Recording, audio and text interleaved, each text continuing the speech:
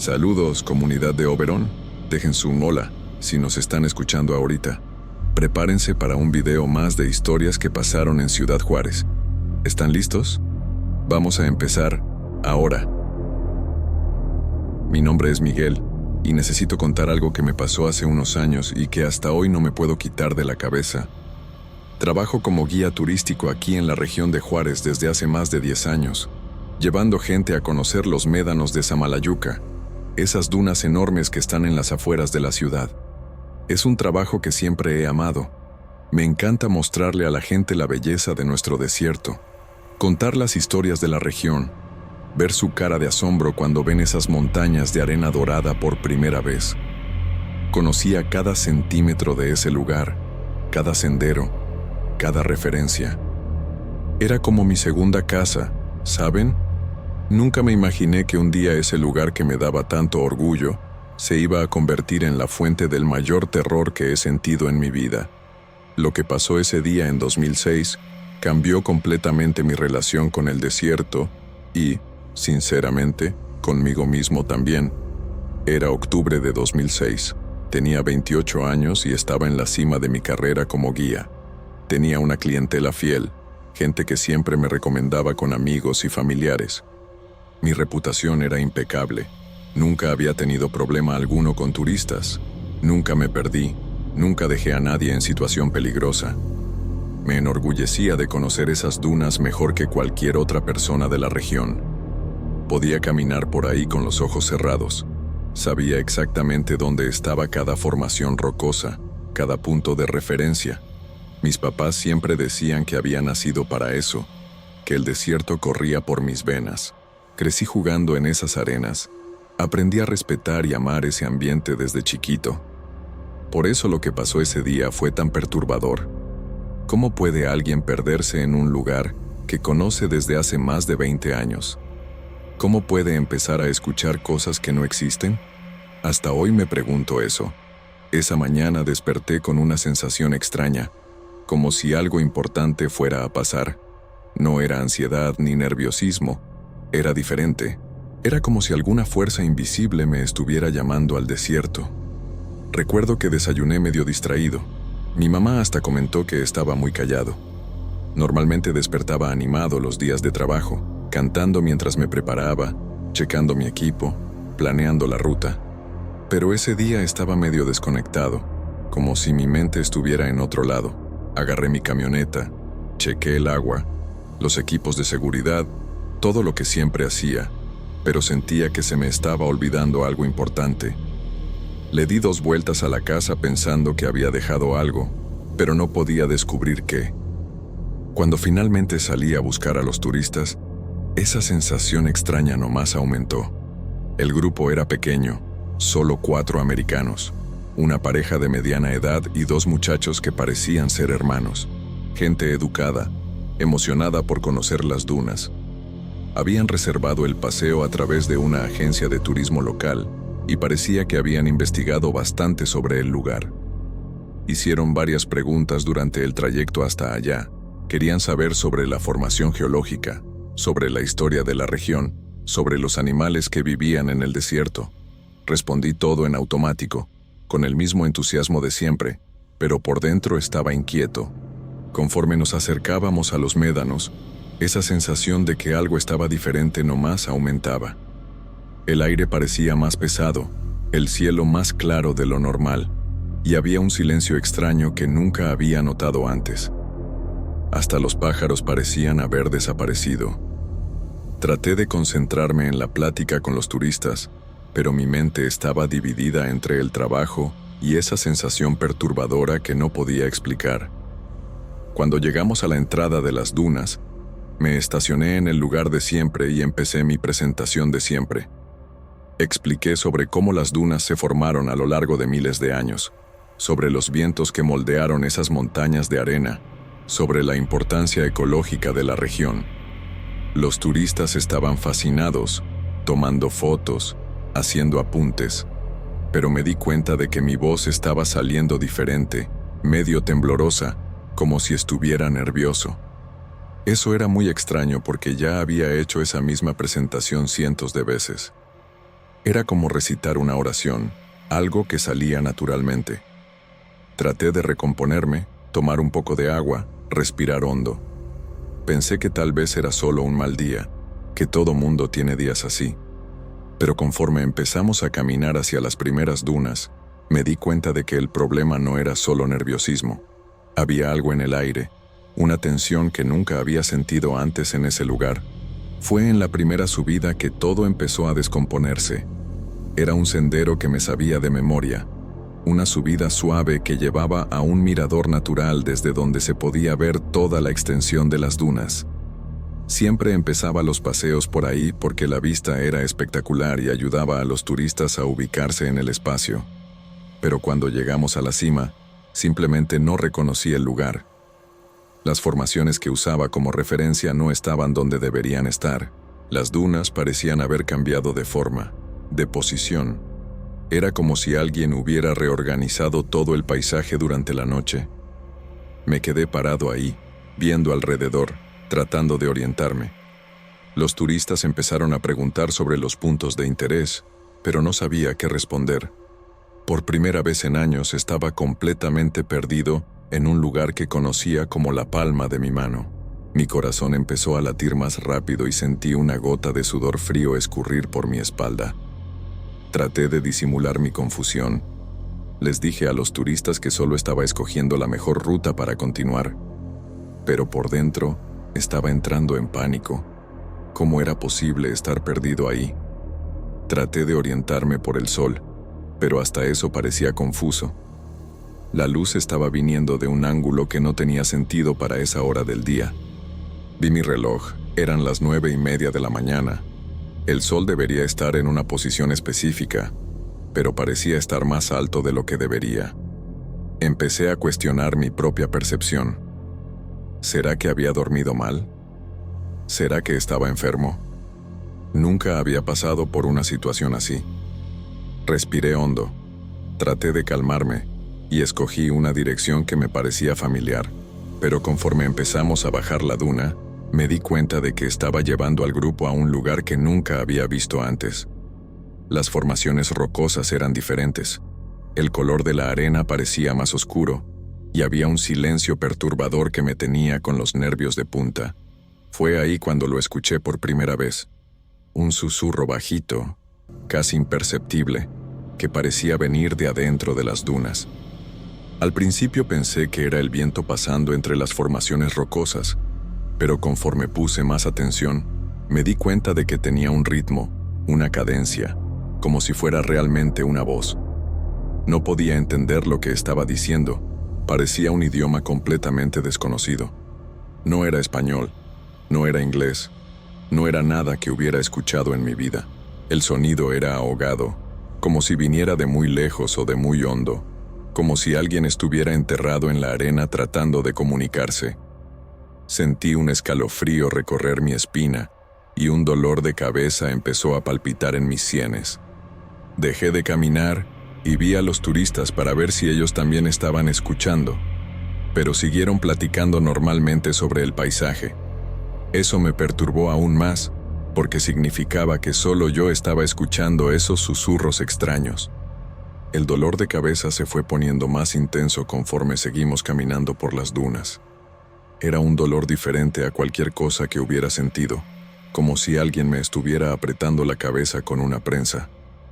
Empezaba en las sienes y se extendía hacia la frente, palpitando al ritmo de los susurros que solo yo podía escuchar. Traté de tomar agua. Pensé que podía ser deshidratación, pero no sirvió de nada.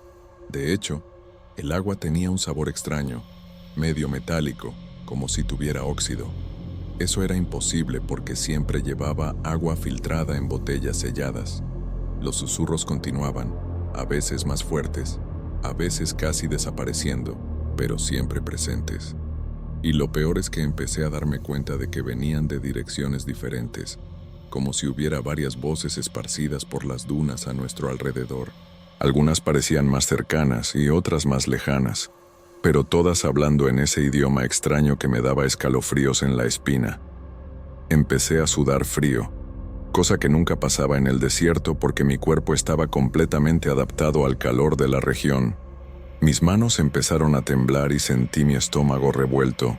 Los turistas no parecían notar mi estado, siguieron emocionados con el paisaje, tomando fotos y haciendo preguntas sobre la fauna local. Traté de concentrarme en el trabajo, responder sus preguntas, pero se estaba poniendo cada vez más difícil fingir que todo estaba normal. Mi voz salía temblorosa y a veces me perdía a la mitad de las explicaciones, olvidando completamente de qué estaba hablando. Uno de los americanos, el más grande del grupo, hasta preguntó si me sentía bien. Mentí, dije que era solo el calor, pero no pareció muy convencido.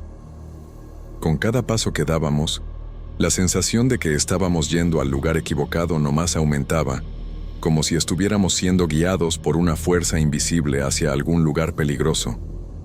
Fue cuando vi la arena moverse por primera vez. Estábamos rodeando una duna grande cuando noté que la arena enfrente de nosotros se estaba moviendo sola, formando pequeños remolinos sin que hubiera viento suficiente para causar eso. El aire estaba prácticamente quieto, pero la arena bailaba como si estuviera viva. Al principio pensé que era algún animal debajo de la superficie, tal vez una lagartija o una víbora, cosa común en la región, pero conforme observé mejor, me di cuenta de que el movimiento tenía una forma específica, un patrón que no parecía natural. La arena se movía despacio, deliberadamente, como si estuviera siendo controlada por alguna inteligencia.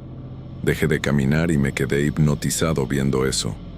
Los susurros se pusieron más fuertes en ese momento, más urgentes, como si estuvieran tratando de avisarme de algo o llamarme para que me acercara más. La arena siguió moviéndose y empezó a formar lo que claramente era la silueta de una persona.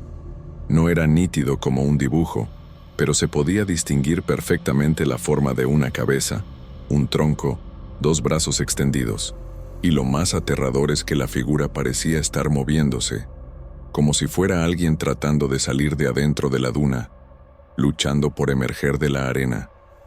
Los brazos se movían de un lado al otro, la cabeza se balanceaba, como si la persona estuviera pidiendo auxilio. Sentí mi corazón dispararse y el dolor de cabeza se volvió insoportable, como si alguien me estuviera martillando adentro del cráneo con un taladro. Mis piernas se pusieron temblorosas y por un momento pensé que me iba a desmayar ahí mismo. Los susurros ahora parecían gritos ahogados, desesperados, viniendo de varias direcciones al mismo tiempo.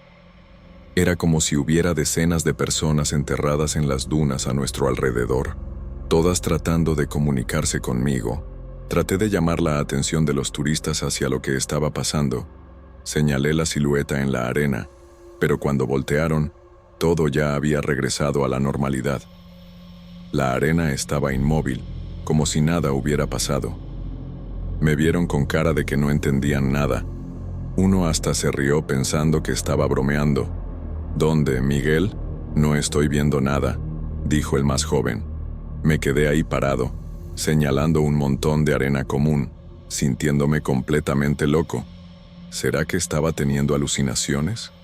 ¿Será que el calor me estaba afectando más de lo que me imaginaba? Pero conocía mi cuerpo, sabía mis límites en el desierto. Había pasado días enteros bajo el sol quemante sin nunca tener problemas. Además, no estaba particularmente caliente ese día. De hecho, estaba hasta más fresco de lo normal para esa época del año. Los susurros continuaron, ahora más bajitos, como si se estuvieran burlando de mí por haber tratado de mostrarles a los otros. Respiré hondo y traté de recomponerme. Tal vez era solo estrés, tal vez necesitaba unas vacaciones.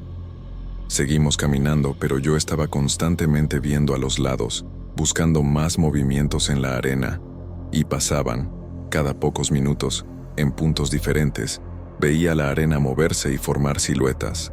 A veces eran figuras humanas completas, otras veces solo partes del cuerpo, una mano extendiéndose, una cabeza emergiendo, piernas pateando. Todas parecían estar desesperadas, luchando por salir de adentro de las dunas, y todas venían acompañadas de los susurros en ese idioma extraño. Empecé a darme cuenta de que podía distinguir diferentes voces, algunas más agudas, otras más graves, algunas que parecían de niños. Todas hablando al mismo tiempo, creando una cacofonía que me estaba volviendo loco. Mi dolor de cabeza estaba tan fuerte que empecé a ver puntos luminosos en mi visión periférica. Los turistas empezaron a notar que algo estaba mal conmigo.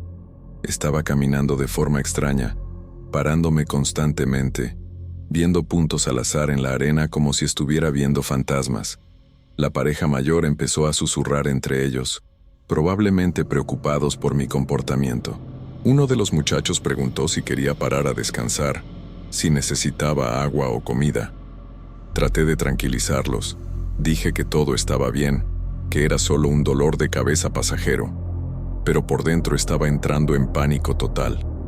No solo estaba viendo cosas que aparentemente no existían, sino que también estaba completamente perdido en un lugar que debería conocer como nadie. Vi alrededor tratando de orientarme y no reconocí absolutamente nada. Las dunas parecían infinitas, todas iguales, sin ningún punto de referencia familiar. Era como si nos hubieran transportado a otro desierto, en otro planeta. Fue ahí cuando me di cuenta de que no eran solo las siluetas en la arena. Las voces susurrantes se estaban poniendo más claras, más cercanas. Empecé a distinguir palabras, o al menos lo que parecían ser palabras en ese idioma desconocido. Algunas sonaban como pedidos de ayuda, otras como avisos, otras como lamentos, y todas venían de abajo de la arena, como si hubiera una ciudad entera enterrada bajo nuestros pies. Sentí un escalofrío recorrer todo mi cuerpo cuando me di cuenta de que las voces parecían estar siguiéndonos. Conforme caminábamos, se movían con nosotros, siempre manteniendo la misma cercanía. Era como si estuviéramos siendo escoltados por un ejército invisible de personas enterradas vivas. El dolor en mi cabeza estaba tan intenso que empecé a sentir náusea. Paré otra vez. Me apoyé en las rodillas y traté de respirar hondo, pero el aire parecía enrarecido, como si estuviéramos en una altitud muy alta. Los turistas finalmente se dieron cuenta de que algo estaba muy mal conmigo. Mi cara debía estar blanca como papel y estaba temblando visiblemente. El hombre mayor se acercó y me puso la mano en el hombro, preguntando si necesitaba ayuda médica. Su voz sonaba lejana, ahogada, como si estuviera hablando desde adentro de un túnel. Traté de responder que estaba bien, pero las palabras salieron revueltas. En ese momento, las voces susurrantes se volvieron ensordecedoras, como si cientos de personas estuvieran gritando al mismo tiempo debajo de la arena. Me tapé los oídos con las manos, pero no sirvió de nada. El sonido parecía venir de adentro de mi propia cabeza. Los turistas me veían con cara de pánico, probablemente pensando que estaba teniendo un ataque epiléptico o algo así. El dolor de cabeza estaba tan fuerte que sentí sabor a sangre en la boca. Fue entonces cuando pasó lo más aterrador de todo. La arena a nuestro alrededor empezó a moverse en masa, como si todo el suelo estuviera vivo. Ya no eran siluetas aisladas. Era como si decenas de personas estuvieran tratando de emerger al mismo tiempo de todos lados. Brazos, cabezas, torsos se formaban en la arena y desaparecían rápidamente, creando una danza macabra que me dejó paralizado de terror. Los susurros se volvieron gritos desesperados y finalmente pude entender algunas palabras. No era un idioma desconocido, era español, pero hablado de una forma extraña, antigua, como si fueran personas de siglos pasados. Ayúdanos, no nos dejen, estamos aquí abajo. Se me heló la sangre cuando me di cuenta de que eran pedidos de socorro, personas suplicando que no las abandonaran. Vi a los turistas y me di cuenta de que ellos también estaban viendo algo. Sus caras estaban tensas, asustadas. Finalmente, no era solo yo. En ese momento, mi dolor de cabeza llegó a un nivel insoportable y me desmayé. Cuando desperté, estaba acostado en la arena con los 4 turistas alrededor mío, todos con cara de preocupación. El sol estaba más alto, y no tenía idea de cuánto tiempo había estado inconsciente. Mi cabeza todavía dolía, pero el dolor era diferente ahora, más como una cruda fuerte. Vi alrededor y Para mi sorpresa, reconocí exactamente dónde estábamos. Era un lugar que conocía bien, a unos 15 minutos de caminata del estacionamiento. ¿Cómo habíamos llegado ahí? Traté de recordar lo que había pasado antes de desmayarme, pero todo estaba confuso en mi cabeza. Los susurros habían parado completamente. La arena estaba inmóvil. Todo parecía normal otra vez. Era como si los últimos momentos hubieran sido una pesadilla, pero sabía que había sido real. Las caras asustadas de los turistas lo confirmaban. Logré levantarme con su ayuda y decidimos regresar inmediatamente al estacionamiento. El camino de regreso fue silencioso, todos todavía procesando lo que había pasado.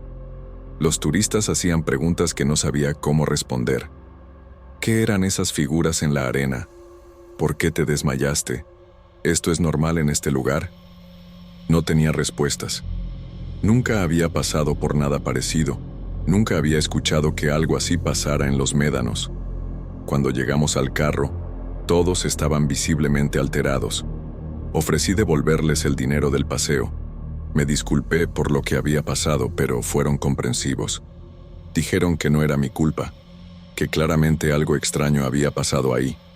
El hombre mayor hasta comentó que sentía como si hubiéramos presenciado algo sobrenatural, algo que no debería existir en el mundo real. Los meses pasaron y traté de seguir una vida normal, pero siempre había algo que me molestaba. Ya no eran los susurros o los dolores de cabeza. Era una sensación constante de que había dejado algo sin terminar, como si hubiera abandonado a alguien que necesitaba ayuda. A veces despertaba a medianoche con la impresión de que alguien me estaba llamando, pero cuando ponía atención, era solo el viento pegando en la ventana. Mi mamá notó que estaba más callado, más introspectivo, y varias veces sugirió que fuera con un psicólogo. Siempre me negaba, no porque no creyera en la terapia, sino porque sabía que lo que había vivido no era cosa de mi cabeza. Era real, había pasado, y ningún profesional iba a poder explicar eso.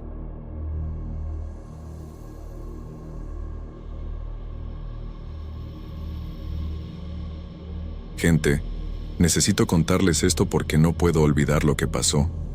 Esto fue en 2010, tenía 34 años en esa época y trabajaba como cocinera en una cantina muy antigua aquí en Ciudad Juárez. Fue el peor trabajo de mi vida, sin duda alguna. Mi nombre es Carmen, tengo 48 años ahorita, y lo que pasó en ese lugar me marcó para siempre. Esa cantina existía desde los años 40. Era un edificio viejo en el centro de la ciudad, con paredes gruesas de adobe y un techo altísimo que hacía eco de cualquier ruido. El lugar siempre tuvo una energía pesada, ¿saben? Ese tipo de ambiente que sientes que carga mucha historia, y no toda es buena. Mi jefe en esa época, don Roberto, siempre hacía bromas sobre fantasmas cuando yo me quejaba del frío que pegaba de la nada en la cocina, aún con el calor de 40 grados que hacía en el verano. Yo me reía junto con él, pensando que era solo impresión mía, pero después de ese día supe que no era. La cocina estaba en la parte de atrás del establecimiento, separada del salón principal por una puerta de madera pesada que rechinaba cada vez que se abría. Era un espacio grande, con estufa industrial antigua, un refrigerador ruidoso que parecía que iba a explotar en cualquier momento, y repisas de metal que llegaban hasta el techo. Las paredes estaban pintadas de blanco, pero se veía que ya las habían pintado varias veces encima de manchas oscuras que siempre volvían a aparecer. Tenía una ventana pequeña que daba al callejón de atrás, pero la vista era solo de una barda alta y algunos árboles secos. Durante el día, con el movimiento de los clientes y el ruido de los platos, se podía ignorar la sensación extraña que daba el lugar. Pero cuando se quedaba callado, principalmente al final del turno, era como si las paredes tuvieran vida propia y observaran cada movimiento mío. Ese día específico fue en septiembre de 2010, un martes que empezó normal hasta como las 5 de la tarde. Estaba preparando la carne para los tacos de la cena, picando cebolla y sazonando todo como siempre hacía. El salón todavía tenía algunos clientes, entonces había ese ruido de fondo de conversaciones y música que siempre me tranquilizaba más. Fue cuando empecé a notar que los cuchillos en la mesa estaban cambiando de posición solos. Al principio pensé que era distracción mía. Ya saben cómo es cuando estás concentrada en el trabajo y no pones atención bien a las cosas alrededor. Pero entonces paré para observar mejor y vi un cuchillo de corte, de esos grandes que usaba para la carne, deslizarse unos 5 centímetros por la mesa de acero inoxidable. No había viento, no había vibración, nada que explicara eso. Mi corazón se disparó en ese momento, pero traté de convencerme de que la mesa estaba mojada o algo así. Las cosas empezaron a ponerse más extrañas cuando el sol se metió completamente. Los últimos clientes se habían ido y don Roberto estaba cerrando la caja allá adelante. Me quedé sola en la cocina terminando de limpiar todo, como siempre hacía. Fue cuando las ollas empezaron a hacer ruido. Era un tintineo bajito, como si alguien las estuviera golpeando suavemente con una cuchara. Volteé hacia arriba y vi que eran las ollas colgadas en el soporte de hierro arriba de la estufa. Se balanceaban solas, bien despacio, haciendo ese ruido metálico que me dio escalofríos en la espina. Paré lo que estaba haciendo y me quedé observando, tratando de encontrar una explicación lógica. Pensé que podía ser el viento, pero todas las ventanas estaban cerradas. Pensé que podía ser vibración de algún camión pasando en la calle, pero no había ruido de tráfico ninguno. El silencio de la cocina se puso demasiado pesado. Era un silencio que parecía tener peso, ¿saben? Como si alguien hubiera puesto una cobija gruesa sobre todo. Hasta el refrigerador, que siempre hacía ese ruido molesto, había dejado de funcionar. Seguí limpiando la mesa, pero mis manos temblaban tanto que casi tiré los platos que estaba guardando. Sentía como si alguien me estuviera observando, esa sensación de cuando sabes que hay ojos pegados en ti, pero cuando volteas no hay nadie.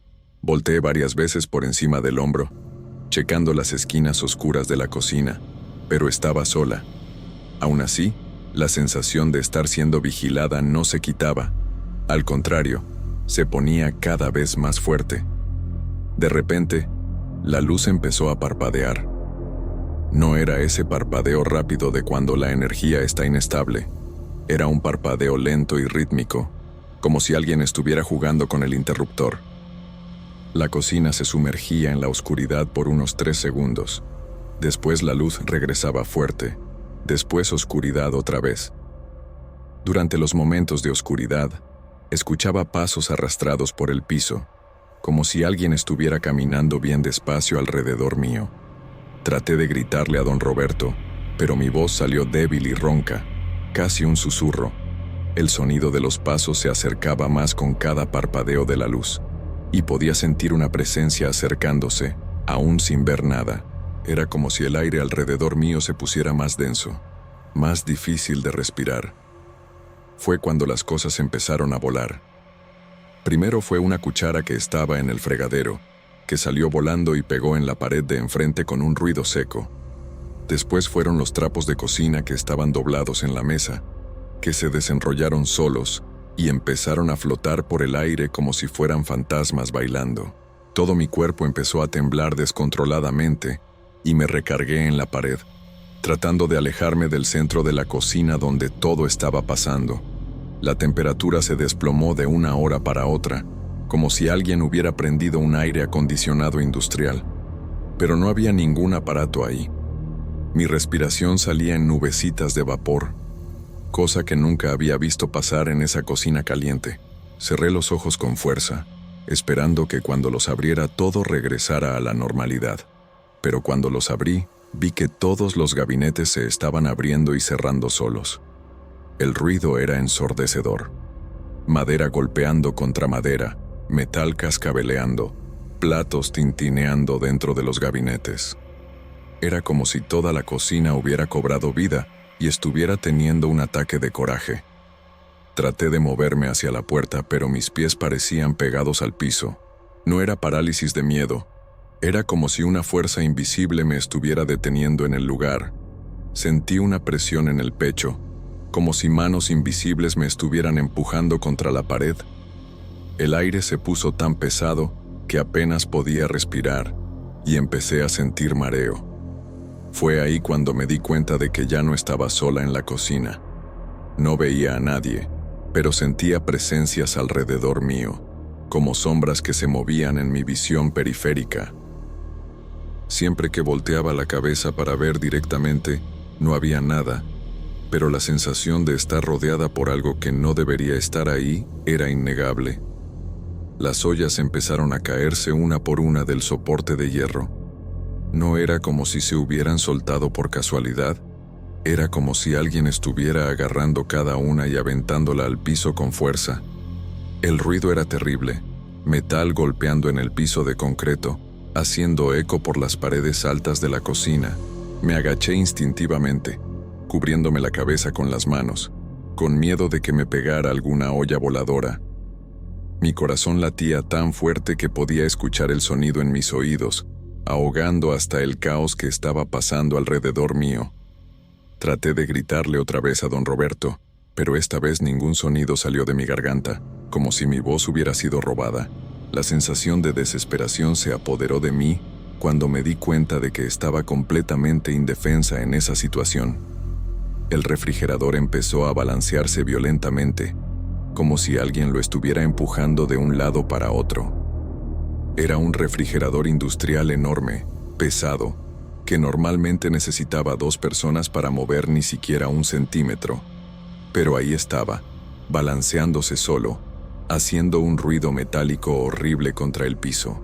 Las botellas y frascos que estaban encima empezaron a caerse, haciéndose pedazos en el piso y regando vidrio por todas partes.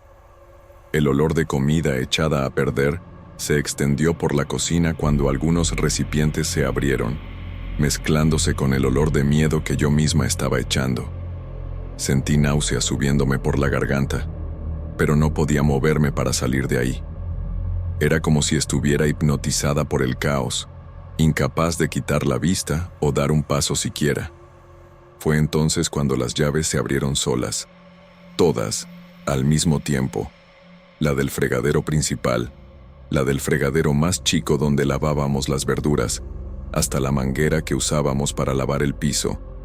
El agua brotaba con presión total, empapando todo, mezclándose con los pedazos de vidrio y creando una confusión aún mayor. El ruido del agua pegando en las ollas regadas por el piso creaba un sonido metálico y espantoso que hacía eco por toda la cocina. Traté de acercarme a una de las llaves para cerrarla, pero cuando extendí la mano, sentí como si algo helado hubiera tocado mi muñeca.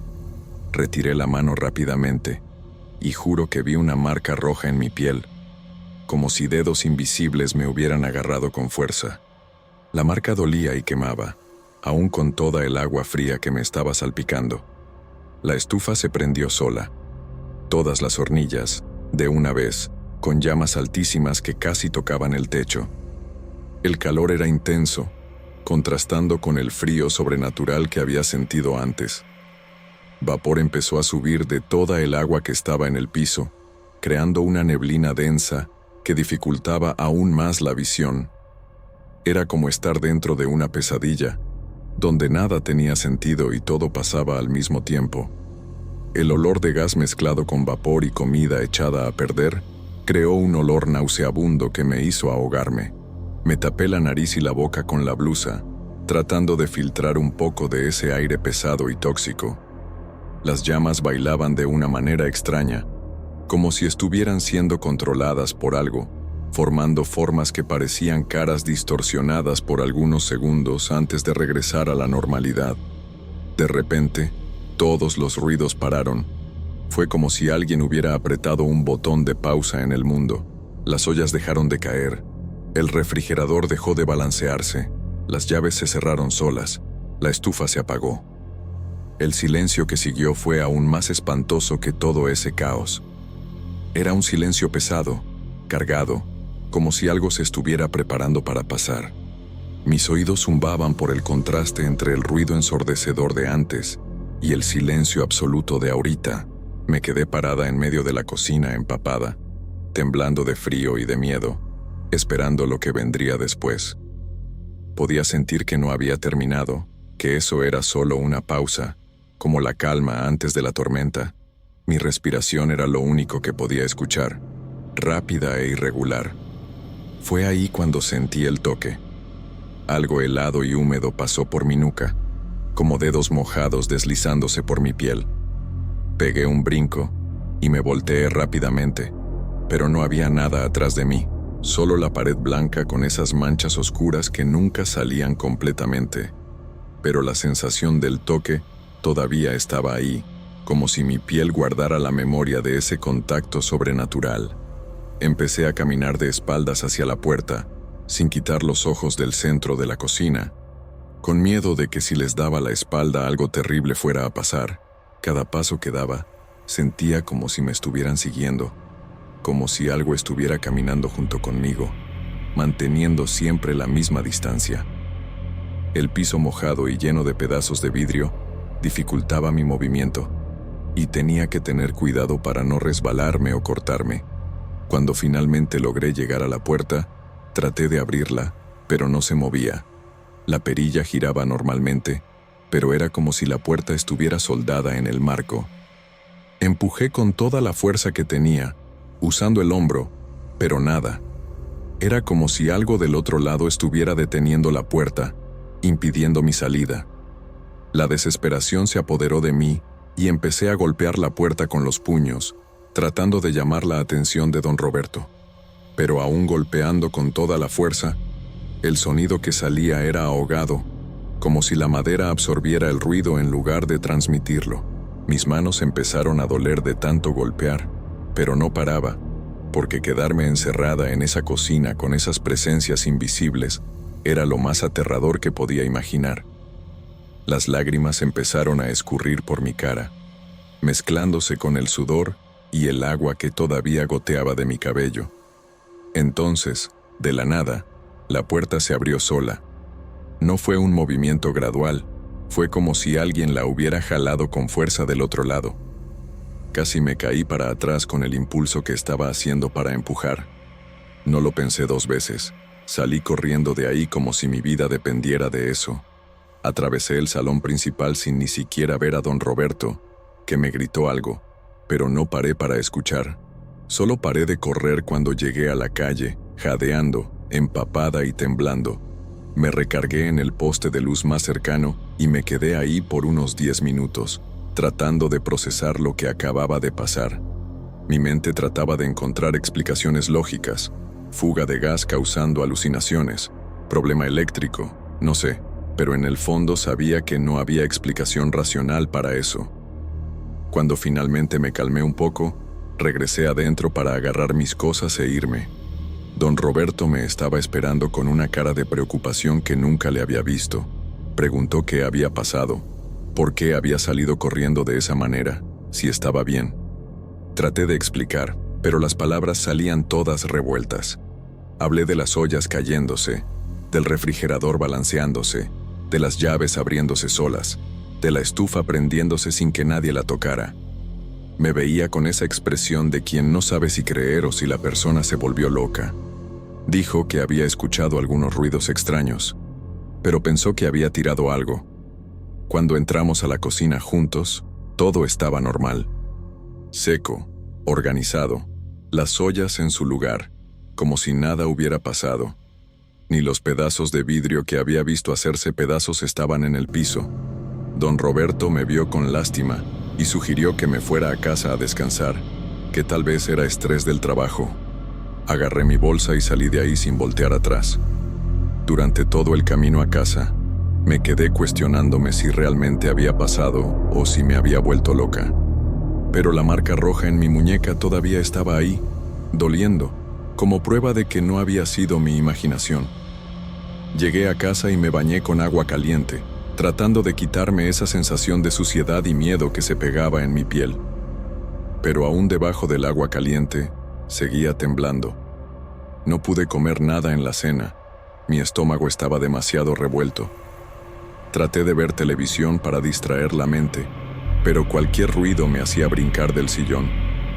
El sonido del refrigerador prendiéndose, una olla cayéndose en la cocina de la vecina, hasta el viento pegando en la ventana me ponía en pánico.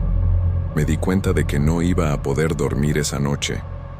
Me quedé despierta hasta que amaneció, sentada en la sala con todas las luces prendidas.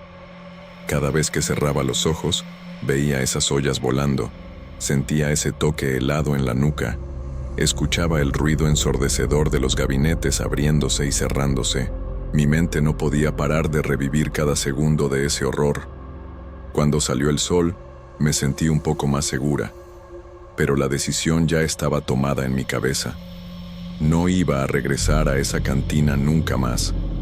No importaba si la gente iba a pensar que me había vuelto loca. No importaba si me iba a quedar sin trabajo. Nada en el mundo me haría regresar a esa cocina embrujada. Agarré el teléfono y le hablé a don Roberto en cuanto dieron las 8 de la mañana. Le dije que ya no iba a trabajar ahí más, que estaba renunciando inmediatamente. Don Roberto trató de convencerme de regresar. Dijo que me iba a aumentar el sueldo, que era una buena empleada, que tal vez era solo una crisis de pánico. Pero fui firme en mi decisión. No conté todos los detalles otra vez. Solo dije que no me sentía segura trabajando ahí y que mi decisión era definitiva. Se enojó, pero al final aceptó. Dijo que si cambiaba de opinión, la vacante siempre estaría abierta para mí. Le agradecí por la oportunidad que me había dado esos 3 años, pero dejé claro que no iba a cambiar de opinión. Después de que colgué el teléfono, sentí un alivio enorme, como si un peso gigantesco se hubiera quitado de mis hombros. Sabía que había tomado la decisión correcta, aunque significara empezar todo de cero en otro lugar. En los días siguientes, traté de averiguar más sobre la historia de esa cantina. Les pregunté a vecinos antiguos. Busqué en internet. Fui hasta la biblioteca municipal a buscar periódicos viejos. Lo que descubrí me dejó aún más convencida de que había hecho lo correcto. En los años 80 y 90, ese edificio había sido escenario de varias situaciones violentas, peleas que terminaron en muerte, un incendio sospechoso que mató a 2 personas, hasta un caso de desaparición que nunca se resolvió. Una mujer que trabajaba ahí como mesera simplemente desapareció un día y nunca más la encontraron. Leer esas noticias me dio escalofríos y confirmó lo que ya sospechaba. Ese lugar cargaba una energía demasiado pesada, marcado por tragedias y sufrimiento. 2 semanas después, encontré un trabajo en una lonchería del otro lado de la ciudad. El ambiente era completamente diferente. Claro, moderno, con una energía ligera y positiva. El primer día de trabajo, cuando entré a la cocina nueva, sentí una paz que no sentía desde hacía mucho tiempo. Todo funcionaba normalmente. Las ollas se quedaban en su lugar. Las luces no parpadeaban. No había esa sensación constante de estar siendo observada. Mis nuevos compañeros eran simpáticos, y el dueño era una persona tranquila. Poco a poco, fui logrando relajarme y volver a trabajar sin miedo. Pero todavía evitaba quedarme sola en la cocina al final del turno. Siempre le pedía a alguien que se quedara conmigo hasta que terminara la limpieza. Algunas semanas después, supe por una conocida que don Roberto estaba teniendo dificultad para encontrar una nueva cocinera. Varias personas se habían postulado para la vacante, pero ninguna se quedaba más de algunos días. Todas se iban con excusas extrañas, diciendo que no se sentían cómodas trabajando ahí. Una hasta contó que había visto sombras moviéndose en la cocina cuando estaba sola. Otra dijo que sentía como si alguien le estuviera respirando en el cuello mientras cocinaba. Don Roberto estaba empezando a sospechar que realmente había algo malo con ese lugar, pero no sabía qué hacer. Su negocio dependía de esa cantina. No podía simplemente cerrar las puertas. Han pasado casi 14 años desde ese día de septiembre de 2010, y todavía no puedo explicar lo que pasó en esa cocina. A veces despierto a media madrugada recordando esas ollas volando y las llaves abriéndose solas.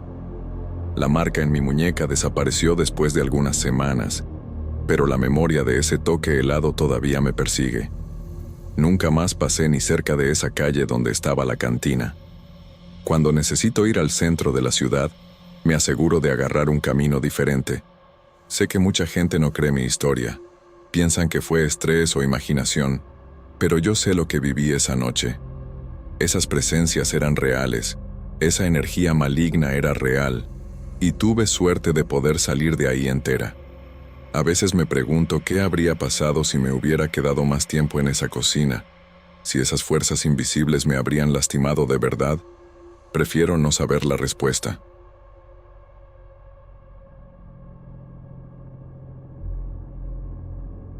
Trabajo como guardia nocturno desde hace unos 5 años, siempre en condominios aquí en Ciudad Juárez, y ya he visto de todo un poco en esta profesión.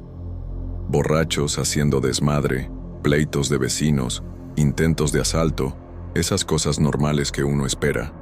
Estoy escribiendo esto porque tal vez alguien aquí ya haya pasado por algo parecido y me pueda ayudar a entender. Mi familia piensa que estoy loco. Mis amigos se burlan, pero juro por todo lo sagrado que lo que voy a contar pasó exactamente como lo estoy relatando. Todavía siento un frío en el estómago nomás de acordarme. Era un martes común, de esos bien tranquilos que uno hasta agradece porque significa menos problemas. Llegué al condominio a las 22 para el turno de la madrugada, como siempre hago. La iluminación no es de las mejores, principalmente en el área de atrás donde están los edificios E y F. Saludé a Raúl, que hacía el turno de la tarde, y me pasó las novedades del día. Nada importante, solo una queja sobre música alta en el edificio C. Agarré mi linterna, ajusté el radio y empecé la primera ronda por el condominio.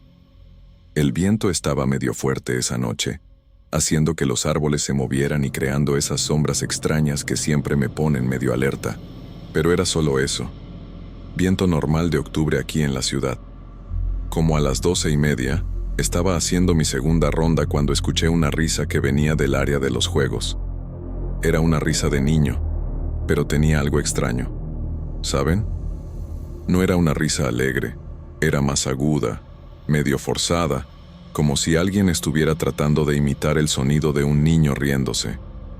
Pensé que podía ser algún chamaco que había brincado la barda para jugar, cosa que ya ha pasado algunas veces. Agarré la linterna y caminé hacia los juegos, que están entre los edificios D y E. El área estaba medio oscura, porque una de las lámparas estaba fundida desde hace unos días. Conforme me acercaba, la risa paró de repente, como si quien se estuviera riendo se hubiera dado cuenta de que yo me estaba acercando. Me quedé parado por unos segundos, poniendo atención, pero solo escuchaba el ruido del viento en las hojas de los árboles. Fue cuando prendí la linterna y alumbré el área de los juegos que lo vi por primera vez. Era un niño, debía tener como 8 o 9 años, parado justo en medio del columpio. Traía una camisa roja bien viva, de esas de algodón sencillas, y un short oscuro. Lo extraño es que no se movió cuando la luz de la linterna le pegó. Se quedó completamente inmóvil, como una estatua. Le grité, preguntándole qué hacía ahí a esa hora, si sus papás sabían dónde estaba, pero el niño no respondió. Siguió parado en esa posición extraña, medio encorvado hacia adelante, con los brazos sueltos a los lados del cuerpo. Me acerqué como unos 3 metros más, y fue ahí cuando me di cuenta de que algo estaba muy mal. Sus ojos eran completamente negros, no tenía pupila, iris, nada. Era como si fueran 2 hoyos negros en la cara, y estaba sonriendo, pero no era una sonrisa normal de niño, era una sonrisa demasiado grande, que mostraba todos los dientes. Sentí un escalofrío subirme por la espina, y di un paso para atrás instintivamente. El niño siguió viéndome con esos ojos vacíos, y su sonrisa parecía estar poniéndose aún más grande. Fue cuando empezó a reírse otra vez, esa misma risa extraña que había escuchado antes. Pero ahora, viéndolo de cerca, era aún más perturbador. El sonido no parecía salir de su boca, era como si viniera de otro lugar, del aire alrededor. Traté de hablarle otra vez, pero mi voz salió medio temblorosa. Le pregunté dónde estaban sus papás, si vivía en el condominio, pero él solo siguió riéndose y viéndome. El corazón me latía tan fuerte que lo podía escuchar en mi cabeza. Agarré el radio para pedir refuerzo, pero cuando volteé a verlo otra vez, el niño había desaparecido. Simplemente se esfumó, como si nunca hubiera estado ahí. Me quedé parado ahí por unos minutos, tratando de procesar lo que acababa de pasar. Alumbré toda el área de los juegos con la linterna. Vi atrás de los juegos, de los árboles. Busqué cualquier lugar donde un niño se pudiera esconder. Nada. Era imposible que hubiera salido de ahí sin que yo lo viera, principalmente porque yo estaba bloqueando la única salida. Empecé a pensar que tal vez era solo cansancio, que mi mente me estaba jugando una mala pasada. Trabajo en este horario desde hace años y sé cómo la madrugada puede afectar la cabeza de uno, pero estaba seguro de lo que había visto. Esos ojos negros, esa sonrisa, esa risa, todo estaba grabado en mi memoria de forma muy clara. Respiré hondo, traté de calmarme y seguí la ronda, pero no podía dejar de voltear para atrás, como si esperara ver al niño siguiéndome. Como una hora después, estaba checando el área de la alberca cuando escuché pasos atrás de mí. Eran pasos ligeros, como de un niño corriendo descalzo en el concreto. Me volteé rápidamente y ahí estaba otra vez, el niño de camisa roja, parado como a unos 10 metros de distancia.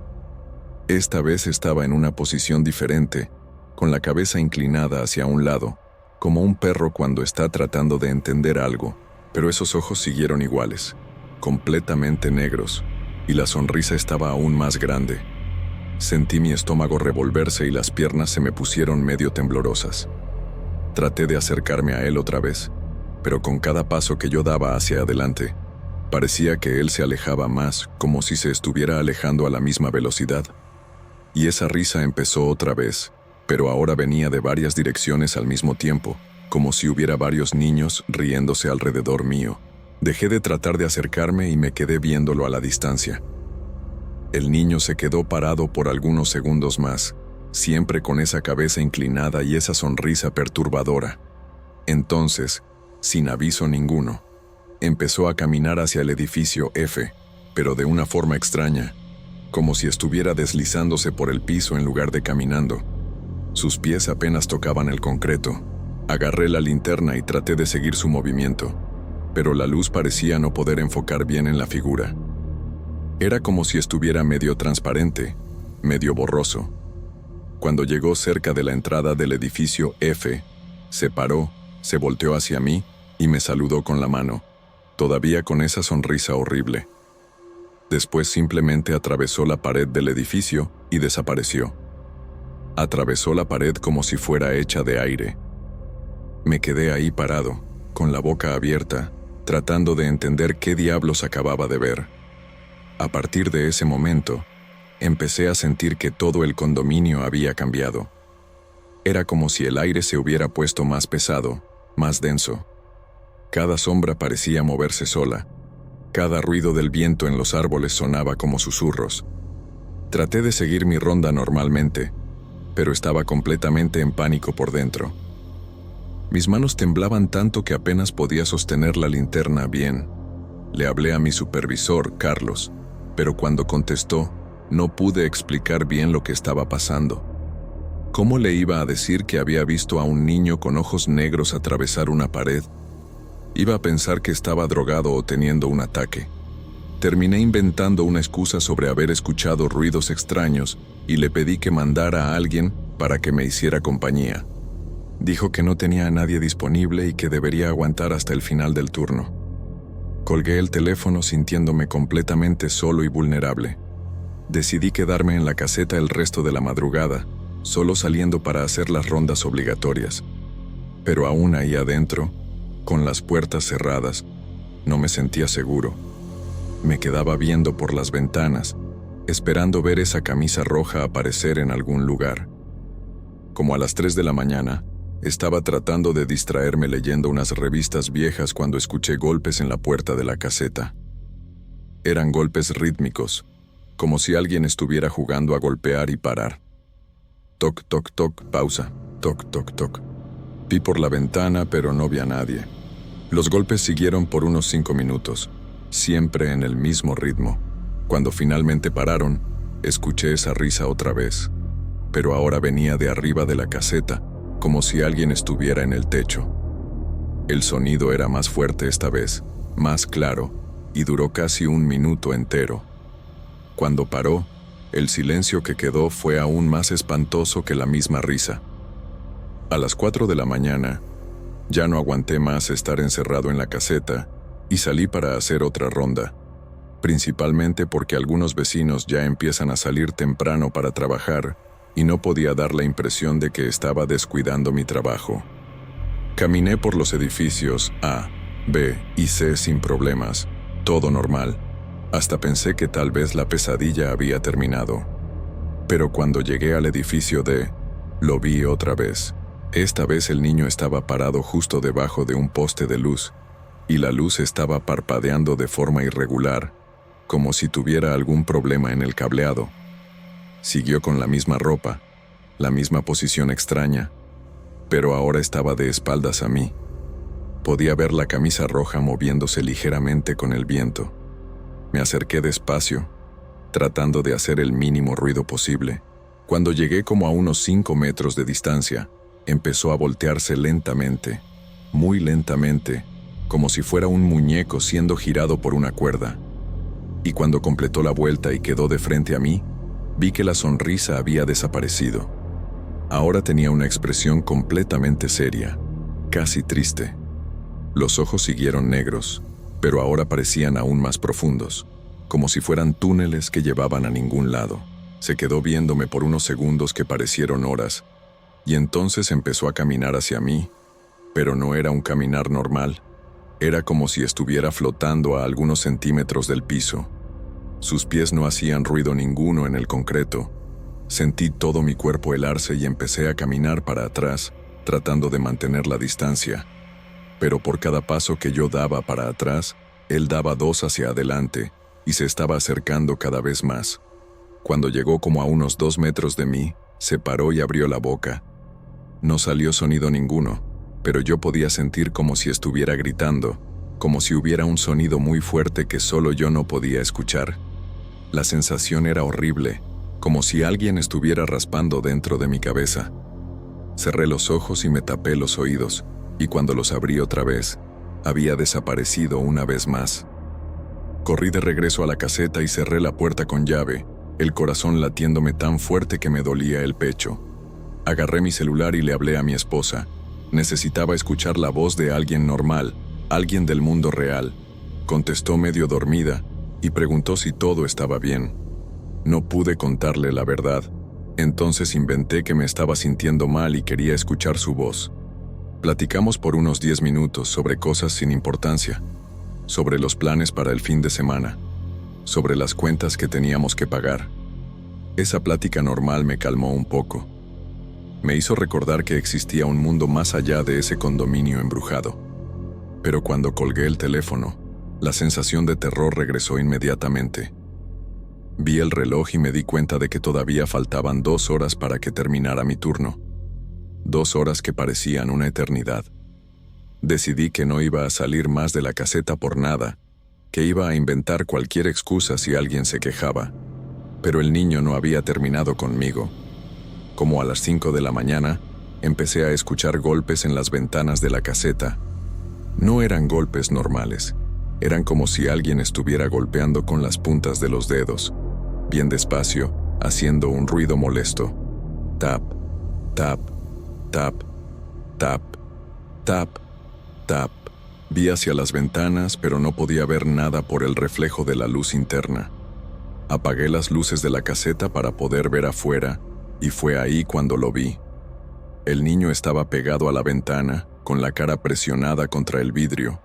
Los ojos negros parecían aún más grandes de cerca, y estaba sonriendo otra vez, pero ahora la sonrisa estaba chueca, como si la mitad de la cara estuviera paralizada. La camisa roja estaba medio descolorida, como si fuera muy vieja.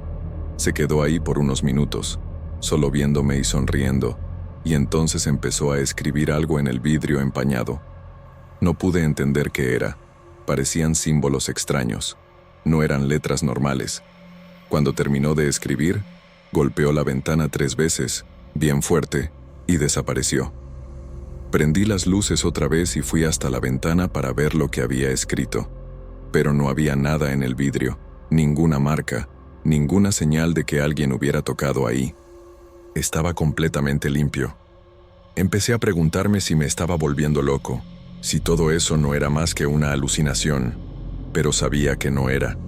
Podía sentir su presencia alrededor mío, como si me estuviera observando desde algún lugar que no podía ver. El aire dentro de la caseta se estaba poniendo cada vez más pesado, más difícil de respirar.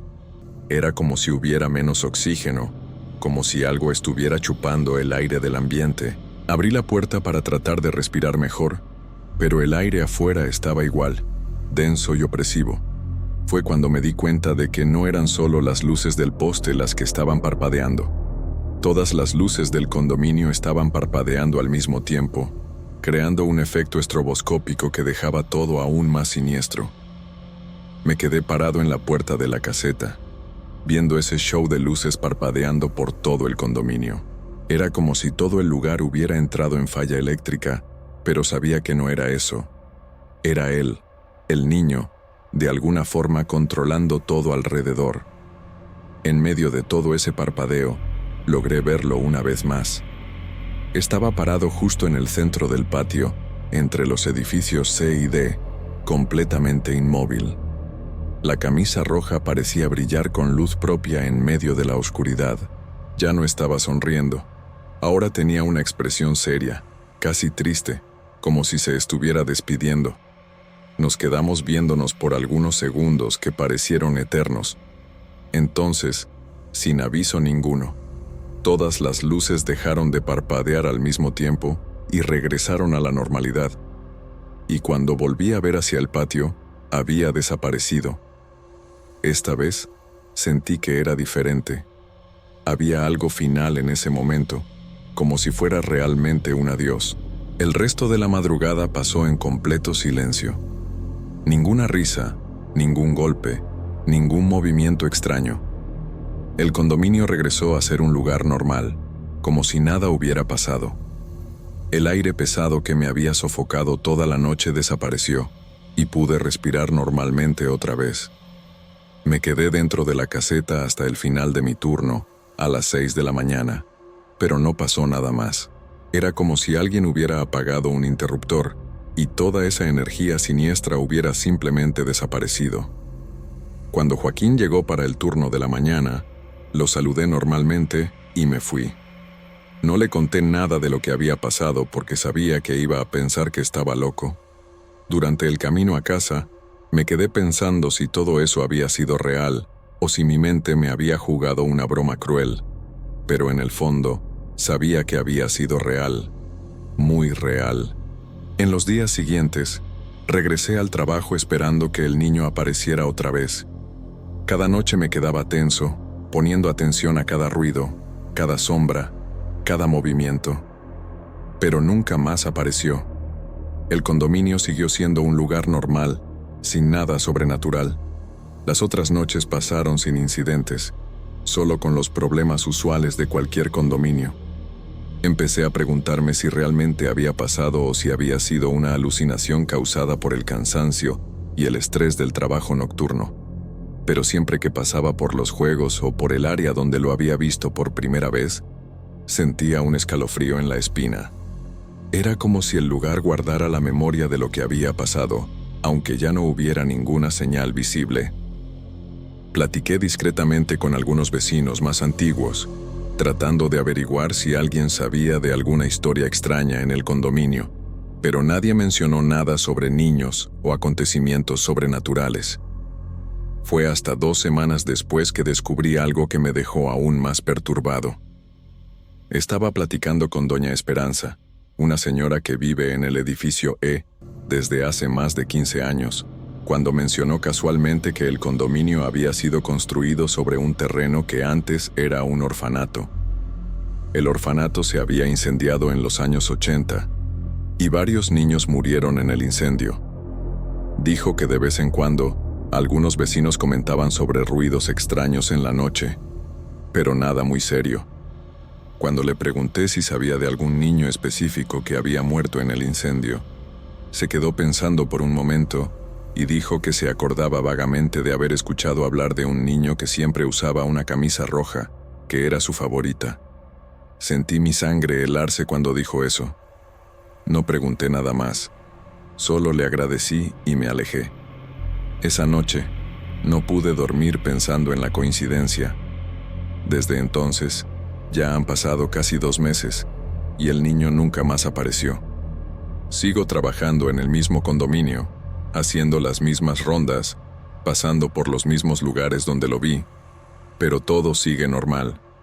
A veces me pregunto si logró lo que quería esa noche, si de alguna forma nuestra interacción fue suficiente para que siguiera adelante, o tal vez se dio cuenta de que yo no era la persona correcta para recibir su mensaje, fuera cual fuera. Nunca voy a saber con certeza qué pasó o por qué me pasó a mí. Lo que sé es que esa noche cambió mi perspectiva sobre muchas cosas. Ahora pongo más atención a los detalles, a las señales que tal vez siempre estuvieron ahí pero que yo ignoraba. Y siempre que paso por los juegos en la noche, echo un vistazo rápido para asegurarme de que no hay ningún niño de camisa roja esperándome en los columpios. Lo extraño es que, a pesar de todo el terror que sentí esa noche, a veces siento una punzada de tristeza cuando pienso en el niño. Había algo de solitario en él, algo que me hacía pensar que tal vez solo quería compañía, alguien que pudiera verlo y reconocer su existencia. Tal vez por eso se me apareció, porque de alguna forma sabía que yo sería capaz de verlo. No sé si esto tiene sentido, pero es lo que siento. Claro que en el momento estaba aterrado, pero viendo hacia atrás, puedo ver que había más tristeza que maldad en esos ojos negros. Puede ser que fuera apenas un niño perdido, atrapado entre 2 mundos, tratando de encontrar un camino a casa. Y tal vez nuestra breve interacción haya sido suficiente para que encontrara ese camino. Al menos eso es lo que me gusta pensar. Nunca le conté esta historia a nadie de mi familia o de mis amigos cercanos. Sé que iban a pensar que estaba inventando o que tenía algún problema mental. Por eso decidí compartirlo aquí con ustedes, que tal vez hayan pasado por experiencias parecidas y puedan entender lo que sentí. No estoy buscando explicaciones científicas o escépticos diciéndome que fue alucinación. Sé lo que vi, sé lo que sentí y sé que fue real. Lo que me consuela es saber que, fuera lo que fuera ese niño, no era malévolo. Espantoso, sí, pero no malévolo. Era apenas un alma perdida que por algún motivo se cruzó en mi camino esa madrugada de martes. Y ahora, 2 meses después, puedo decir que me siento agradecido por haber sido escogido para presenciar algo que va más allá de nuestra comprensión normal del mundo. Hasta hoy, cuando estoy haciendo mi ronda y paso por los lugares donde lo vi, susurro una pequeña oración, pidiendo que haya encontrado paz. No sé si puede escucharme, pero siento que es lo mínimo que puedo hacer. Al fin y al cabo, todos nosotros, vivos o muertos, merecemos ser recordados con cariño. Y si un día regresa, espero estar preparado para ayudarlo de alguna forma, en lugar de solo tener miedo. Porque ahora entiendo que a veces los muertos necesitan a los vivos tanto como los vivos necesitan a los muertos. Que la muerte no es el final de todo, y que el amor y la compasión pueden atravesar cualquier barrera, hasta la que separa nuestro mundo del más allá.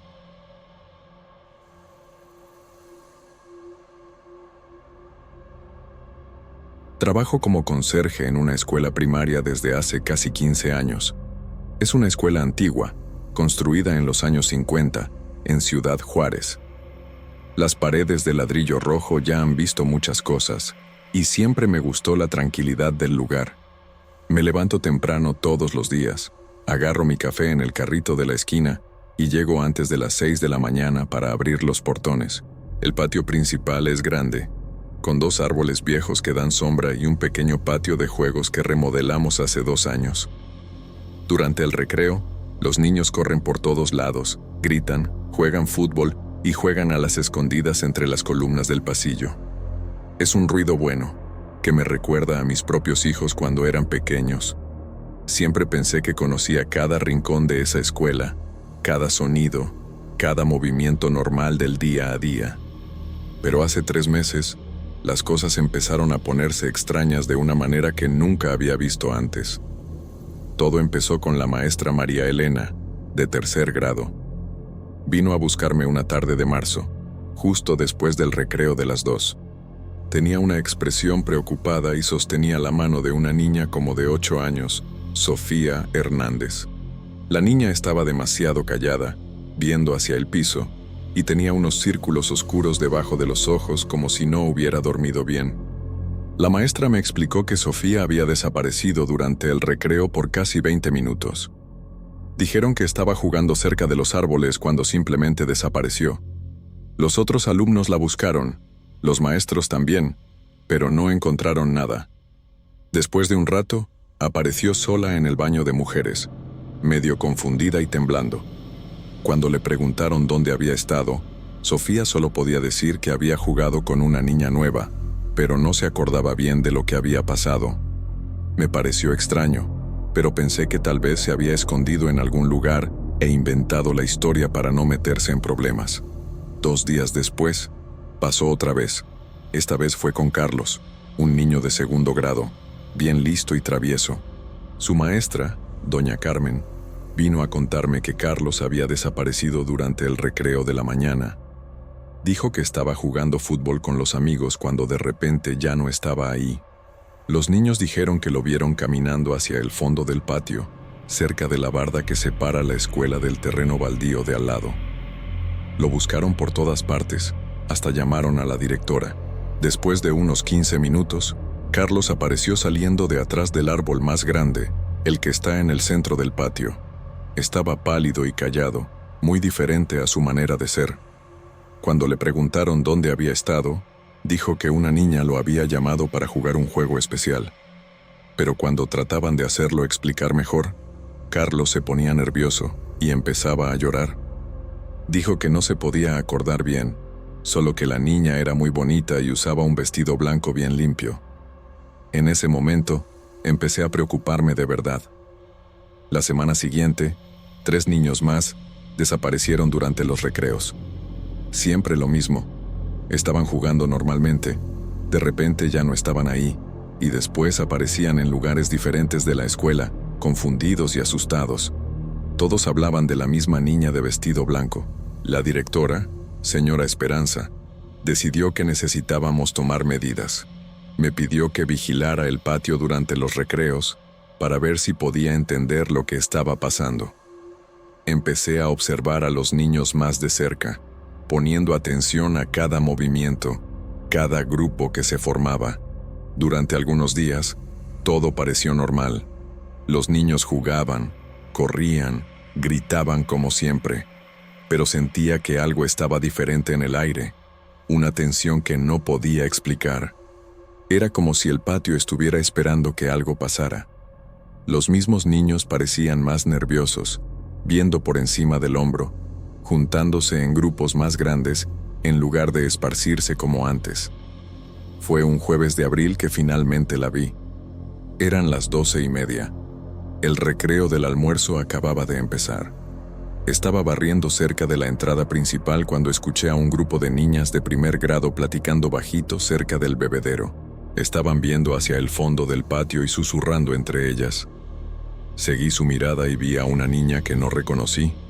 Estaba parada debajo del árbol más chico, el que está más cerca de la barda del fondo. Usaba un vestido blanco sencillo, bien limpio y planchado, y tenía cabello oscuro amarrado en 2 trenzas. Parecía tener como 7 u 8 años, más o menos la edad de los otros niños. Pero había algo en ella que me molestó en ese momento.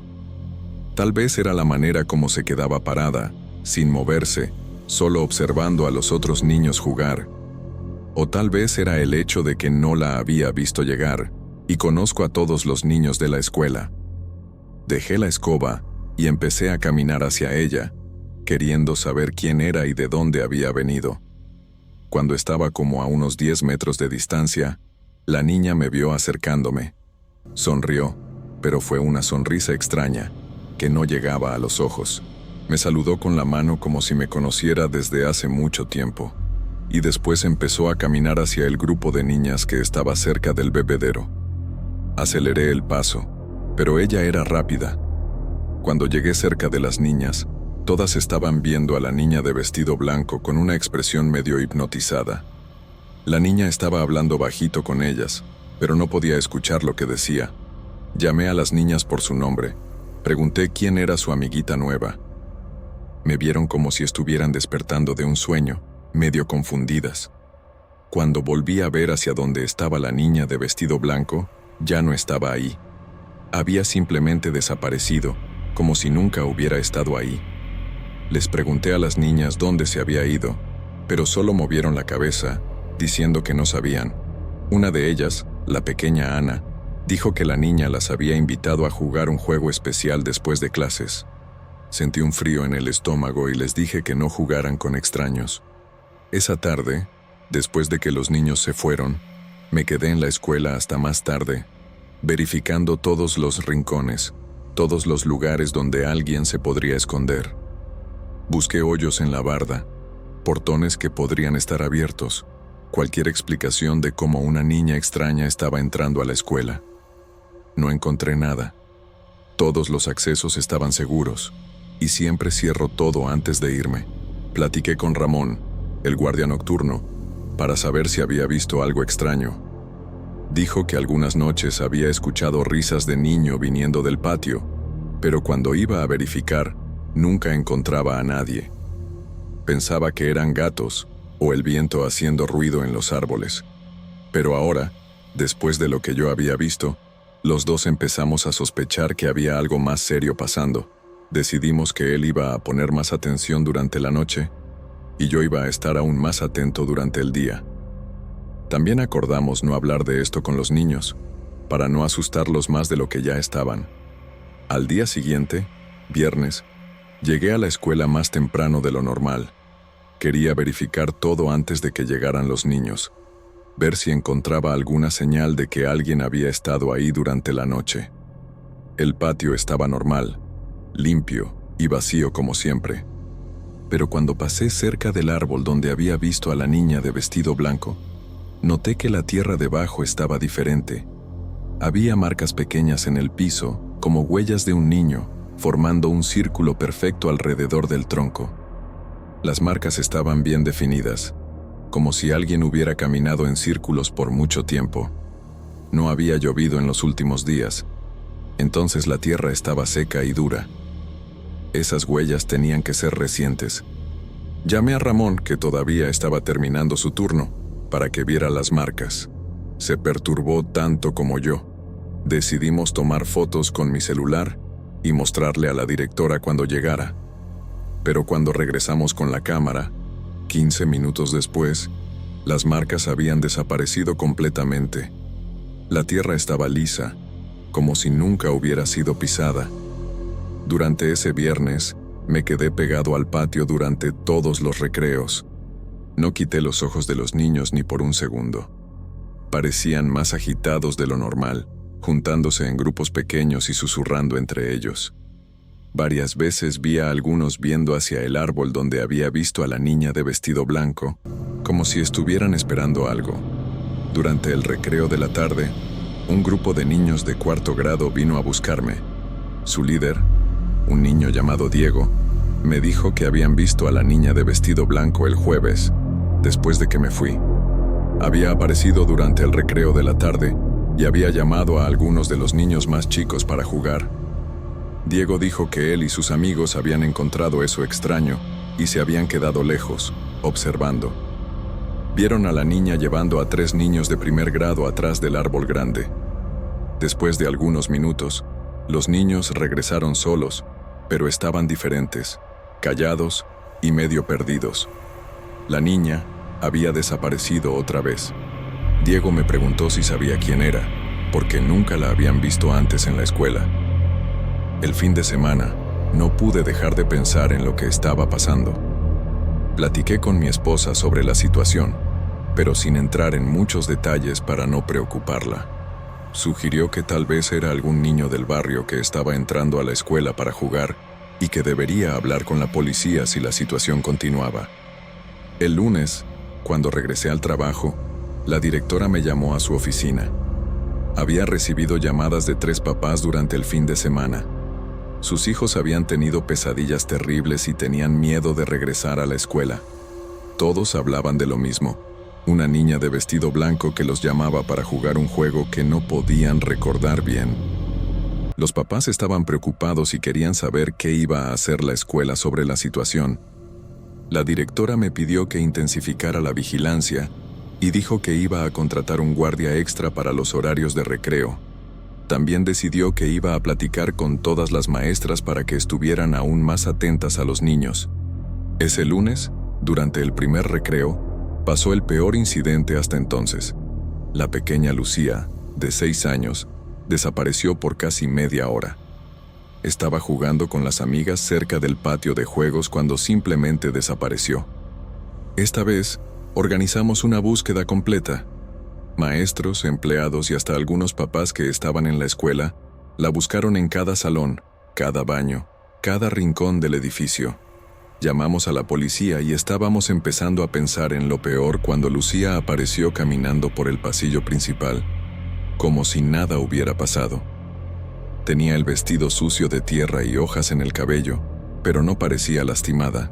Cuando le preguntamos dónde había estado, Lucía dijo que había jugado con la niña bonita en el jardín secreto. Pero no existe ningún jardín en la escuela, solo el patio y algunas plantas en macetas. Insistía que la niña de vestido blanco le había mostrado un lugar lindo, lleno de flores y mariposas, donde habían jugado a la rueda y cantado canciones antiguas.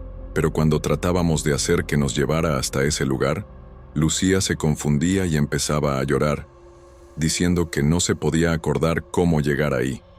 Después del incidente con Lucía, la directora decidió tomar medidas más drásticas. Contrató 2 guardias extras e instaló cámaras de seguridad en puntos estratégicos del patio. También mandó una carta a todos los papás, explicando que había una situación de seguridad en la escuela y pidiendo que platicaran con sus hijos sobre no hablar con extraños. Durante algunos días, todo se calmó más.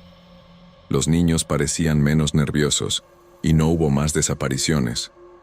Empecé a pensar que tal vez la presencia de los guardias había resuelto el problema, que quienquiera que fuera la niña de vestido blanco había desistido de aparecer en la escuela. Pero el jueves de la semana siguiente, durante el recreo de la mañana, regresó. Esta vez, la vi claramente, parada en el mismo lugar de siempre, debajo del árbol más chico. Estaba viendo directamente hacia mí, con esa misma sonrisa extraña. Llamé a uno de los guardias por radio y empecé a caminar hacia ella. Pero cuando el guardia llegó al patio, la niña había desaparecido otra vez. Me vio como si me estuviera volviendo loco, y empecé a dudar de lo que había visto. Esa noche, decidí quedarme en la escuela después del horario normal. Quería entender de una vez por todas lo que estaba pasando. Ramón, el guardia nocturno, llegó a las 6 de la tarde como siempre, y le expliqué mi plan. Decidimos turnarnos, uno quedándose despierto mientras el otro descansaba, para mantener el patio bajo vigilancia durante toda la noche. Las primeras horas fueron tranquilas, solo el ruido normal de la ciudad afuera, carros pasando en la calle, perros ladrando de vez en cuando. Pero como a las 2 de la mañana, Ramón me despertó susurrando urgentemente. Había escuchado risas de niño viniendo del patio. Salimos juntos, con linternas y el radio de seguridad, para investigar. El patio estaba sumergido en la oscuridad, iluminado apenas por los postes de la calle de afuera. Caminamos despacio, iluminando cada rincón con nuestras linternas. Cuando llegamos cerca del árbol más chico, escuchamos claramente el sonido de un niño cantando bajito. Era una canción antigua, una ronda que recordaba de mi infancia. La voz era dulce y melodiosa, pero había algo en ella que me erizó completo. Seguimos el sonido de la canción hasta llegar bien cerca del árbol. La voz parecía venir de arriba, de las ramas más altas. Apuntamos nuestras linternas hacia arriba y vimos una figura pequeña sentada en una rama gruesa, balanceando las piernas.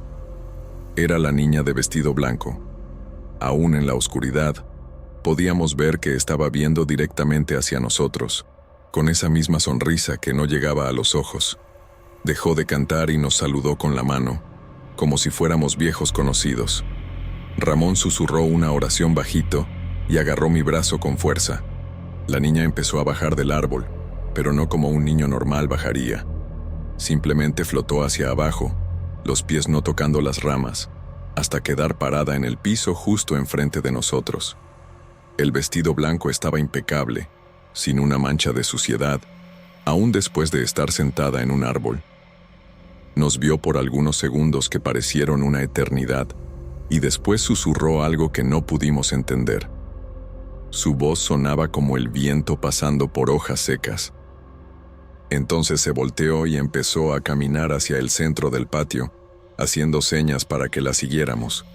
Ramón y yo nos quedamos paralizados por algunos momentos, sin saber qué hacer.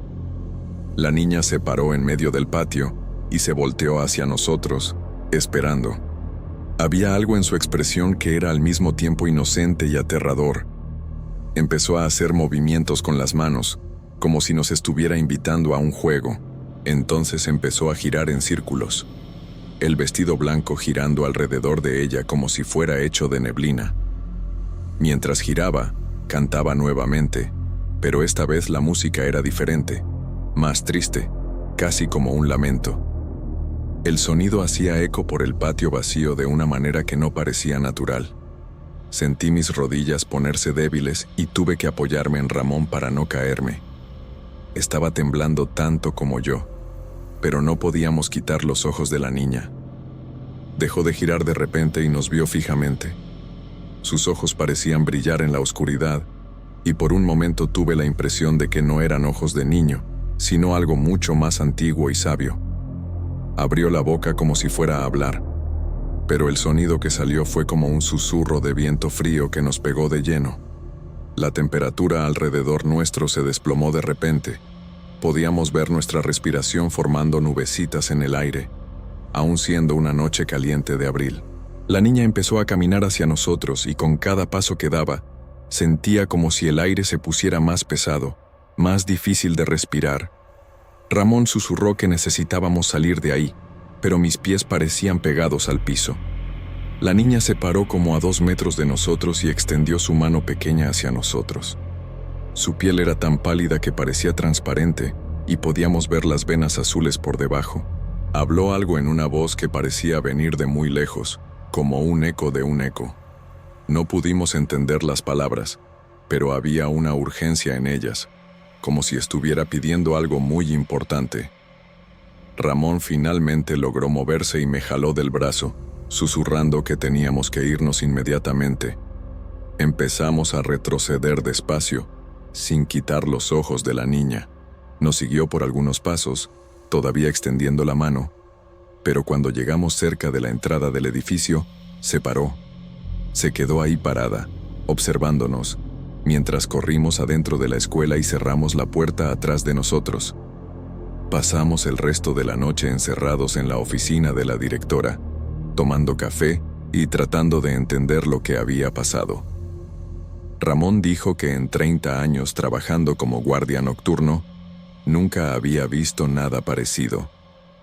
Decidimos que en la mañana siguiente íbamos a contarle todo a la directora, aunque pensara que estábamos locos.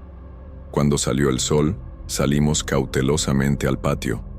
Todo estaba normal, como si nada hubiera pasado. Pero cuando llegamos cerca del árbol donde habíamos visto a la niña, encontramos algo que nos heló la sangre. En el piso, alrededor del tronco, había decenas de pequeñas huellas formando círculos concéntricos, pero no eran huellas normales. Eran marcas hondas en la tierra, como si hubieran sido hechas por alguien que pesaba mucho más que un niño. Y en el centro de todos los círculos, había una marca extraña, como un símbolo que ninguno de nosotros reconoció. Parecía haber sido dibujado con el dedo en la tierra, pero las líneas eran demasiado perfectas, demasiado geométricas para haber sido hechas por un niño. Tomamos fotos esta vez antes de que las marcas pudieran desaparecer, y guardamos los celulares en lugares seguros. Cuando la directora llegó esa mañana, le contamos todo. Le mostramos las fotos de las huellas y del símbolo extraño. Nos escuchó en silencio, con una expresión cada vez más preocupada. Después nos dijo que había investigado sobre la historia de la escuela durante el fin de semana, después de las llamadas de los papás. Descubrió que en los años 70, una niña de 8 años había desaparecido cerca de la escuela. Se llamaba Elena Morales y estaba regresando de la escuela a casa cuando simplemente desapareció. Nunca encontraron su cuerpo, y el caso nunca se resolvió. La descripción que la mamá había dado en esa época coincidía perfectamente con la niña que estábamos viendo. Cabello oscuro en trenzas, como 8 años de edad, y el día de la desaparición usaba un vestido blanco que la mamá había hecho especialmente para una presentación en la escuela. La directora dijo que iba a contactar a las autoridades y también a una médium que conocía, para ver si nos podría ayudar.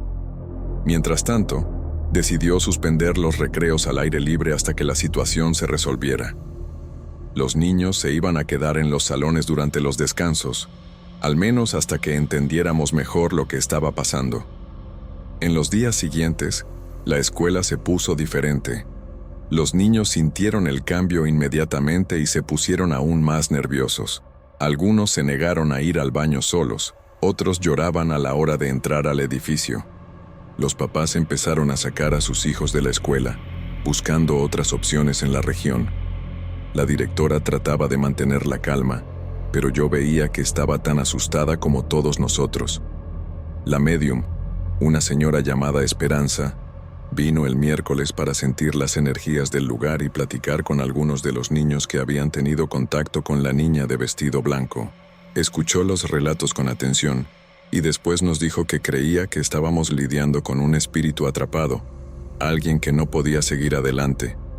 Sugirió que hiciéramos una ceremonia especial, una especie de despedida, para ayudar al alma perdida a encontrar paz. Pero antes de eso, quería tratar de platicar con la niña, si aparecía otra vez. Dijo que a veces los espíritus solo necesitaban ser escuchados, entendidos, para poder descansar. Acordamos que regresaría el viernes en la noche, y que Ramón y yo la íbamos a acompañar en el patio para tratar de hacer contacto con Elena. El viernes en la noche, doña Esperanza llegó con algunos objetos que dijo eran necesarios para la ceremonia. Tenía cristales pequeños, incienso, algunas velas blancas y un collar de cuentas que pertenecía a su abuela. Nos explicó que no íbamos a tratar de expulsar al espíritu, sino ayudarlo a entender que necesitaba seguir adelante. Salimos al patio como a las 10 de la noche, cuando todo estaba silencioso. La médium prendió las velas y las puso en círculo alrededor del árbol donde Elena siempre aparecía. Después empezó a meditar en silencio, pidiendo que se manifestara, si quería. Por casi 1 hora, no pasó nada. Estaba empezando a pensar que no iba a aparecer cuando sentí ese frío familiar en el aire. Las velas empezaron a temblar, aún sin viento, y entonces estaba ahí, parada en el centro del círculo de velas.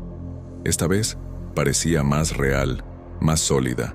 Podíamos ver su cara claramente, y había una tristeza profunda en sus ojos que me partió el corazón. La médium se acercó despacio, hablándole con una voz suave y cariñosa. Le preguntó si era Elena, si estaba perdida, si necesitaba ayuda para encontrar el camino a casa. Elena vio a la médium por un largo momento, y entonces empezó a hablar. Su voz era débil, como un susurro, pero podíamos entender las palabras. Dijo que estaba buscando a sus amigos, que quería jugar con ellos como antes. Dijo que se sentía sola y que no entendía por qué nadie quería jugar con ella por mucho tiempo. La médium le explicó gentilmente que ya no estaba viva, que había muerto hace muchos años, y que los niños con quienes trataba de jugar eran de una época diferente. Elena se confundió, moviendo la cabeza, diciendo que no podía estar muerta porque todavía podía jugar y cantar. Doña Esperanza le pidió que recordara lo que había pasado el día que desapareció. Elena cerró los ojos y se quedó en silencio por algunos minutos. Cuando abrió los ojos otra vez, había lágrimas escurriendo por la cara pálida. Dijo que se acordaba de estar regresando de la escuela cuando un hombre la llamó, ofreciéndole dulces. Después de eso, todo se puso oscuro, y cuando despertó, estaba sola en un lugar frío y oscuro. Dijo que había tratado de regresar a casa, pero no podía encontrar a su familia, y que lo único que la hacía sentirse menos sola era jugar con otros niños.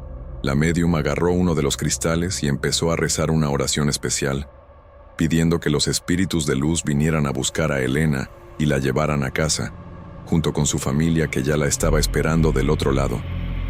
Elena vio alrededor, como si estuviera viendo algo que nosotros no podíamos ver. Su cara se iluminó con una sonrisa genuina, la primera sonrisa verdadera que había visto en ella.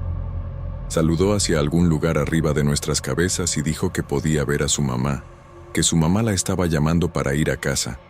Las velas alrededor del árbol empezaron a brillar más fuerte y una luz suave envolvió a Elena. Se volteó hacia nosotros y dijo, «Gracias», que ahora entendía que necesitaba irse, que los niños de la escuela estarían seguros. Dijo que ya no quería asustar a nadie más, que solo quería encontrar paz. La luz se puso más intensa y Elena empezó a ponerse transparente. Nos saludó una última vez y después desapareció, llevándose la luz con ella. Las velas se apagaron todas al mismo tiempo, pero no sentimos miedo. Había una sensación de paz en el aire, como si un peso hubiera sido quitado de nuestros hombros. Después de esa noche, Elena nunca más apareció en la escuela. Los niños regresaron a jugar en el patio normalmente, sin miedo, sin ver por encima del hombro. Las pesadillas pararon, y los papás que habían sacado a sus hijos de la escuela empezaron a traerlos de regreso. La directora decidió no comentar oficialmente sobre lo que había pasado, pero sé que se sintió aliviada cuando todo regresó a la normalidad. Ramón y yo nunca más hablamos sobre esa noche con nadie, excepto entre nosotros dos.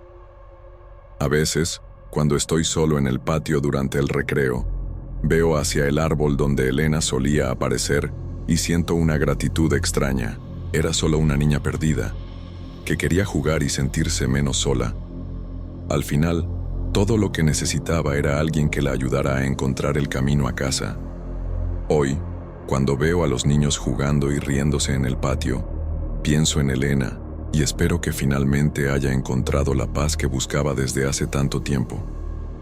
El patio regresó a ser un lugar de alegría y juegos, como siempre debería.